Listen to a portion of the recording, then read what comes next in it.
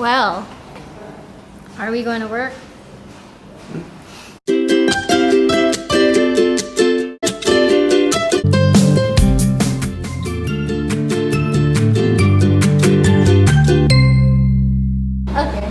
we're good.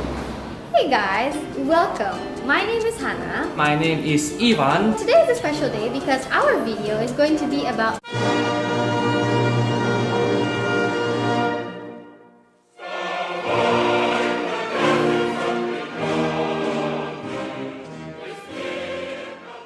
Stalin. Yes, Stalin. Specifically to Stalin's establishment as an authoritarian leader. Stalin's imposition of the dictatorial control over the Soviet Union was achieved by developing his domestic policies, Which are his economic policies and his purges. In 1926, Stalin stated that the USSR could not survive unless it modernizes its economy. His aim was to Soviet agriculture and industry. In his economic policy, there are three main aspects. The first one is economic aim, second one is collectivization of peasantry, and the third one is industrialization. Stalin's economic policy had one important aim, which was the modernization of the Soviet's economy. That can be achieved by collectivization and industrialization. It could only be achieved by Stalin's governments taking complete control of the lives of the Soviet people. In 1928 and onwards, the Soviet Union state took over the nation's economy. Before, the workers ruled and it was a proletarian society in which the government should not interfere. But Stalin ended that. He called it the Second Revolution because it was an important stage in the Soviet Union since the 1917 revolution. But obviously, it was intended to enhance his own status as a revolutionary leader, of course following Lenin's footsteps.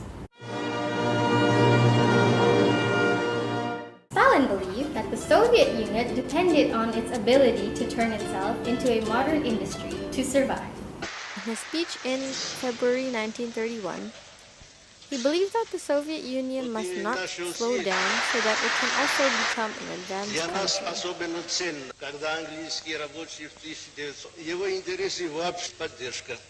Stalin adopted collectivization for two reasons: controlling the peasants and increasing the capital. Stalin's collectivization may include his control for the peasants' lands. The peasants were not allowed to farm their land personally, so there won't be any type of capitalism among the peasants. The kulaks are peasants who were richer and better performed. Stalin purged kulaks due to fears that they resist collectivization and profit themselves for their own capitals. Anti-kulak campaigns were launched by the secret police, alias the OGPU. Anti-kulakization is important for collectivization. As part of Stalin's cult of personality, people praised Stalin all the time, thus impacted the social life of Soviet people under his repression. People won't be able to oppose Stalin or they die.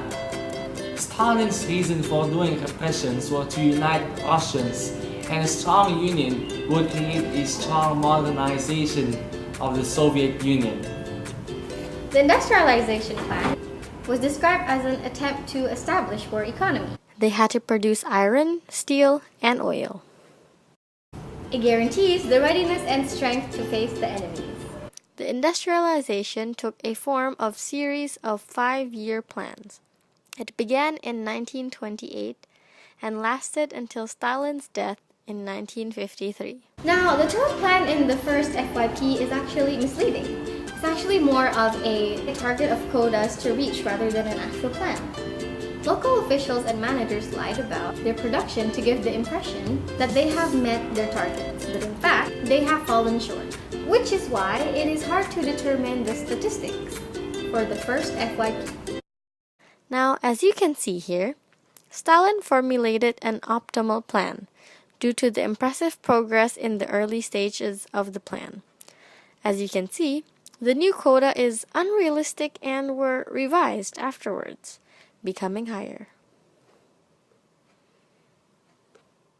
The FYP is actually a massive propaganda. It is used to convince the people that they are contributing to an industrial enterprise. The Soviet people believe that they are contributing to building a new and better world. Stalin, as an authoritarian leader, also had a very strong paranoia towards his political rivals. As a result, he started his campaign of political repression by putting his rivals and traitors in labor camps or execute them by firing squad. Traitor also means the members of the Communist Party or the military who were disloyal to Stalin. As part of Stalin's cult of personality, people praised Stalin all the time, thus impacted the social life of Soviet people under his repression. People won't be able to oppose Stalin or they die.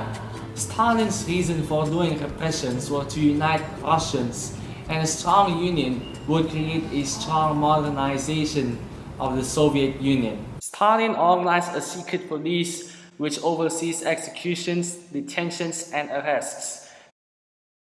Government officials, including the police or commandants who were close to Stalin, were not executed, while those who were closer to the people were executed. Stalin purged his party members who were disloyal. 93 out of 139 committee members were executed.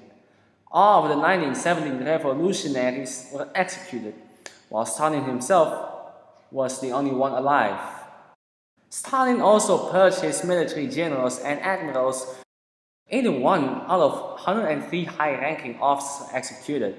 Stalin then purged his own Communist Party. Stalin started the outbreak of the Great Terror of purging civilians. The Great Terror was responsible for 20 million Russian civilians dead. The labor camp network were focused in a very cold area of Siberia. Religion, including Christianity and Islam, were banned.